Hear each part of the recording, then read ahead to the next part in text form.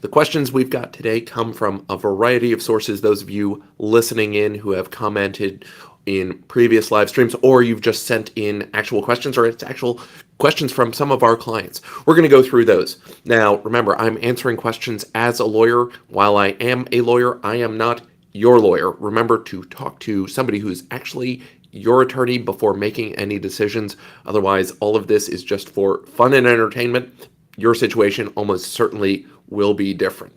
But with that out of the way, let's figure out how, despite having a plan in place, things could still go sideways. What's that first question? Well, I heard you should never list anyone other than your spouse as a beneficiary. Is this true? Well, this gets into having a plan but not having it tailored to you. Sometimes you're going to have somebody other than a spouse as a beneficiary, and it doesn't mean that there's anything wrong. It just means you're doing something and you're making sure things go directly to somebody other than your spouse. Why do we want this? Why is this sometimes a good idea? The reason we sometimes want to have our spouse as the beneficiary is, well, if they're your spouse, you're going to leave everything to them generally. 95% of the clients who come in at least say, well, if something happens to me, leave it all to my spouse. If something happens to both of us, leave it to our kids in equal shares. And that covers the basic plan when most of our clients come in. And so this follows along. Just from a simplicity standpoint, if you're going to leave it all to your spouse, just leave it all to your spouse. The second reason we think this is generally a good idea, the tax benefits are almost always best if you leave it directly to your spouse. So tax advantaged accounts like IRAs and 401ks, things like that, things that have certain mandated distribution schedules, generally leaving it to your spouse is going to result in the best tax treatment. So that's one of the reasons we do that. Now, the reasons you may not want to leave it to your spouse. Well, first, I can think of three things. First reason you're not going to want to leave it to your spouse, well, you're not leaving it to your spouse. If you've got a bank account and it's perhaps a second marriage, you may want to leave that to one of your kids to make sure that they get the benefit of that account. So this is just, it doesn't align with your particular plan. And I'll tell you, in second marriages, we'll do this where, the spouses have their own separate kids. They want to make sure that when they pass away, there's not any sort of friction between stepmom and the kids. So putting some assets in an account to where when dad dies, it immediately goes to his kids, eliminates a friction point. It also allows that person to just tailor how much that person gets. And so we think about it as a tool to just speed up delivery and reduce friction. Again, you're probably going to take care of your spouse, but you also want to make sure your kids get things without creating a problem. You could also do this as a way to leave assets to charity. Again, we've got an account. We want to make sure that this charity gets some money, but we just don't need them involved in what's going on with probate and everything else. So we're just going to leave it directly to that charity.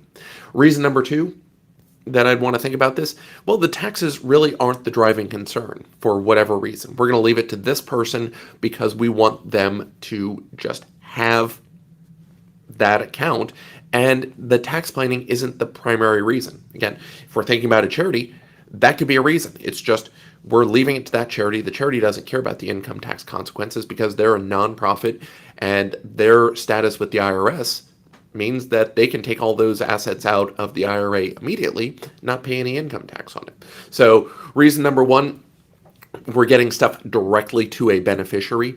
Reason number two, to not name a spouse, well, you may avoid some fights. You're reducing friction points. You don't have to have your child go to their step parent and say, can I have that $10,000 please, and create some potential friction. Reason number three, we're not worried about the tax planning. So it's not a never, it's the default is that we think about having our spouse as the primary beneficiary because in a lot of cases, that's where everything's going. But your plan may be different. So that's why we don't always list our spouses as the immediate beneficiary for accounts. So let's look at that next question. So, should you list contingent testamentary trusts as a beneficiary even though they don't exist yet? What this gets into is we're saying, well, we want to look at our plan and we're looking down the line. Wills, when we draft them, typically will say if we're going to leave assets to kids or minors, we're going to put it in a trust so we can avoid a more expensive guardianship, provide some extra control for the assets until the child is ready to take control. Well, we want to make sure that the assets get there. And if we have non-probate assets, so these are things like life insurance, 401ks, anything that has a beneficiary designation, it's not necessarily going to follow the will in terms of who gets it, even though the terms of the will may have a trust that control it. Well, if we have an asset like that where we're going to fund a 401k or a life insurance policy into a contingent trust, can we do that? And yes, we do want to do that. What we're saying then is for life insurance policy, I'm going to probably leave my life insurance directly to my spouse. Most clients, they're going to want to leave assets to their spouses outright. But if their spouse isn't there for whatever reason, they're divorced or spouse predeceases, the contingent beneficiary would then be testamentary trusts under the last will. What it's going to do is say, well, look, we're not going to run the assets through the estate. We're just going to say life insurance policy first goes to my spouse. That's the easiest thing to do. Best tax ramification. Second, if she's not there, my spouse isn't there, then I'm going to leave it in trust for whoever the beneficiaries are. And so we're pointing it to the trustee named in the last will. Now, this trust exists in a certain sense in that it's been written down, but it won't come into being. There won't be a trustee. We won't have stuff until somebody has died, until you have died and those assets start getting funded in. So in that case, it won't exist until later, but it's totally fine. This is what we want you to do, is fund those assets into the trust so that they get there when you pass away. So the trust may not exist now, but when the triggering event of your death occurs and that trust comes into being, it'll work out then. Pieces will line up. Next question. My ex-spouse is listed as a beneficiary, but I've remarried. Will it go to my new spouse? And this is where I say it depends, and this is why you don't want to rely on old beneficiary designations. You also don't want to rely on state law. Now, here in Texas, some beneficiary designations are revoked automatically when you get divorced, but not all of them. So things like life insurance will change if you've got that. Texas law will provide that on divorce, that designation of a spouse as a beneficiary will be revoked. But you don't want to rely on this. This is not the place to rely on it. You want to make sure that those beneficiary designations are updated. Here is how it could go wrong. You have named spouse 1, Anita, as your beneficiary on your life insurance policy. You and Anita get divorced. You then marry Barbara. Barbara is your new spouse, but you have not updated the beneficiary designation. You pass away. Even though state law says that Anita is no longer the beneficiary, it probably goes to the contingent beneficiary, who may or may not be Barbara. Well, Anita potentially could go in and say, hey, I was married to him. See, I'm named there. Go ahead and give that to me. Anita then takes those insurance benefits and goes. Doesn't really want to give that to anybody, even though there was a contingent beneficiary. May have been the estate, may have been a trust for the kids. Who knows? Barbara, or whoever the secondary beneficiary is, they were going to come in and find, well, potentially Anita's taken that money and run off with it. Now they've got to spend time, effort, and money to go and get those proceeds back from Anita, who, even though she wasn't entitled to it, has put the money in her pocket. This is just one of the ways that it can go seriously wrong. So even though state law may say, well, look, the moment you got divorced, those are no longer her benefits, you're going to want to go in and make sure that those beneficiary designations are updated. You want to make sure that they're going to the right place to, again, avoid problems. If we can head off a problem before it shows up, that's going to be so much better for everybody involved. We don't want to set up a situation where there's going to be a fight later on. So Check your beneficiary designations. Make sure they're going to the right place. If they're not going to the right place, you want to get it updated. If it's going to the current spouse, if it's going to a trust under your will for your kids, whoever it should be, make sure that's what the beneficiary designations actually say. Looking at our next question. I have a handwritten will here in Texas, and I want to make sure it's easy for my loved one. Is this okay? So, at a first point, a handwritten or holographic last will is exactly as valid as a typed up last will. Once we get to probate court and the judge says this is the will, there's no difference. There's not like, oh, the handwritten will only covers 75% of anything, and we're going to have to do something else for the other 25. It does not work that way.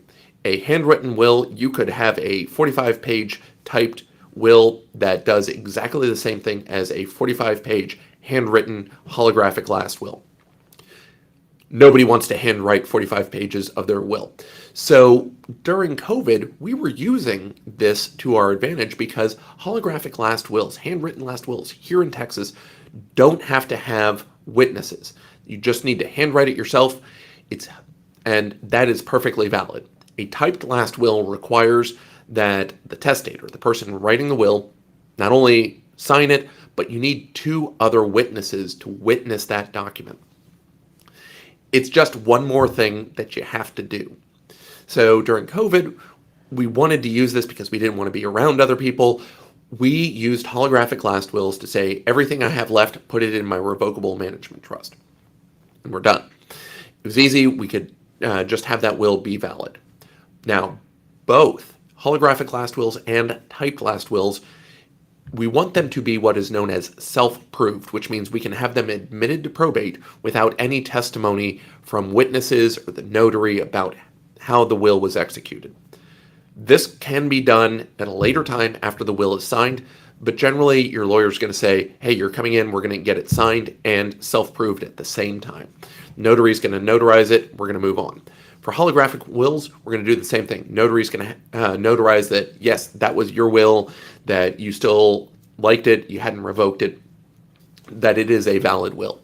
But at the end of the day, both of those wills are going to sail through probate pretty easily unless there's some other reason to challenge it. But just having a handwritten will, especially if it's got that notarized self-proving affidavit along with it, it's going to be fairly simple to get that into probate. You're not going to have to jump through extra hoops necessarily because of it. So having a holographic last will, with all of that background, having a holographic last will won't necessarily make it more or less difficult. What you're going to want to think about is the factors surrounding what will happen when you pass away. Are they going to know where your assets are? Are they going to potentially fight over other things? And the fact that you had a handwritten will be one more factor for it.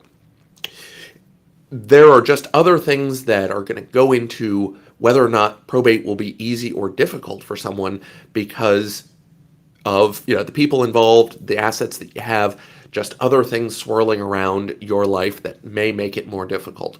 So holographic last will, I'd rather you have something in place than nothing at all. But that's not the only thing. It's not just like one document solves all the problems. You're going to have to do all the work with making sure the beneficiary designations are lined up, make sure people know where to find stuff. And are there potential fights that we could solve by keeping, unruly beneficiaries apart from each other? So, yes, have a holographic last will. It's better than nothing. It may be appropriate for you. I wouldn't necessarily throw everything away just because it is holographic. You can make things easy for your family even with a holographic last will. So there we go. Looking at our next question.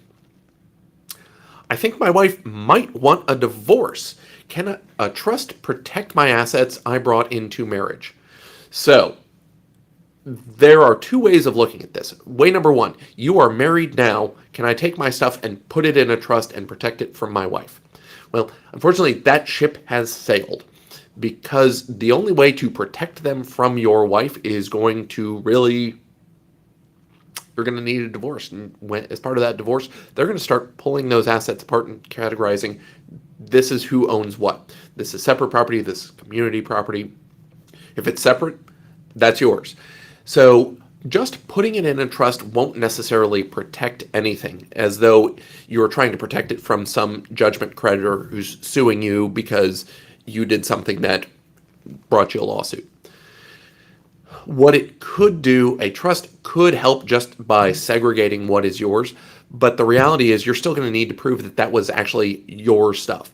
And so putting it in a trust while you're in the middle of a marriage really won't change anything. Now, I said the ship had sailed. How do you know when can we, when is that ship still in harbor? The ship is still in harbor up until you get married. And so having a trust in place, putting assets to the side, funding assets so that they are outside and segregated before you get married will help identify those as separate property assets that you brought into the estate or brought into the marriage. You're going to want to make sure that you've got bank statements show that if anything is something you're going to want to claim as yours, have statements showing the day of marriage or day before, this is what was in that account. So you can say, all right, well, I had 10 shares of Google and 5 shares of Exxon and 45 shares of IBM, whatever it was. The cash in this account was $150. That's all going to be your separate property that you brought into the marriage. If you're thinking about this now, that's what you're going to want to go do. Go back to those accounts that you think are yours. Be able to prove this is what it was worth on the day we got married. But setting up a trust now in the middle of marriage really isn't going to change anything. So really, that one's too late. If you're getting married or thinking about it, you can segregate those assets, basically mark them as these are my separate property, this is what I brought in. But once you're married, it really will be too late to put things in a trust. There's not much you're going to be able to do. Next question. My wife passed without a will and wasn't on the deed to our home, but now I can't sell the house. What happened? Well, this is where our community property system comes in. Assets acquired during marriage by default are deemed to be community property. So if the house was acquired while you were married, then the title company is going to assume that's community property. You're either, even if she's not on the deed, you're going to need to show that that was your separate property one way or another, because that's what they're doing. They're saying, well, this is community property. Even if she's not listed there, Texas law provides that is her 1/2 community property interest that you're attempting to sell. So you're going to need to prove one way or another that you have the right and the authority to manage that asset without her. So thing one, if that's not hers, if it's something you owned before marriage, then yeah, that wasn't hers. That was your separate property. You brought it into the estate. If it was acquired during the marriage, then you're going to need probate somehow to show that you have the authority, you received that property, and you can deal with it on your behalf.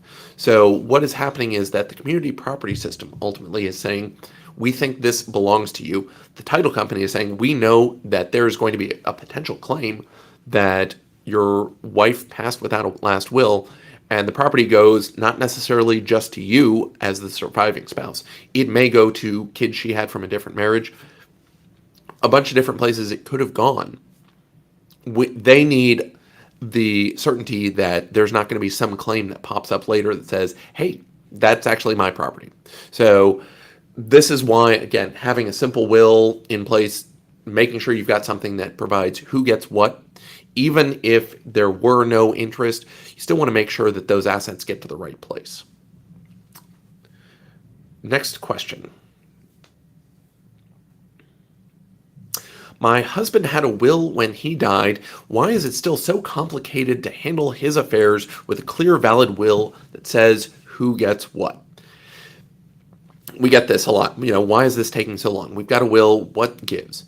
This is where the will is not the only thing we've got to deal with. It's not just having a document doesn't make everything simple and easy. There are a few other factors that go into what's going to make probate easy and simple for everyone. One, do we know where all your stuff is? Do we have a good list of your assets? That could take more time to find things. Item number 2, well, where is your stuff? What work are we going to have to do to get your assets? If we think of probate as a treasure hunt, having the will is like having the map.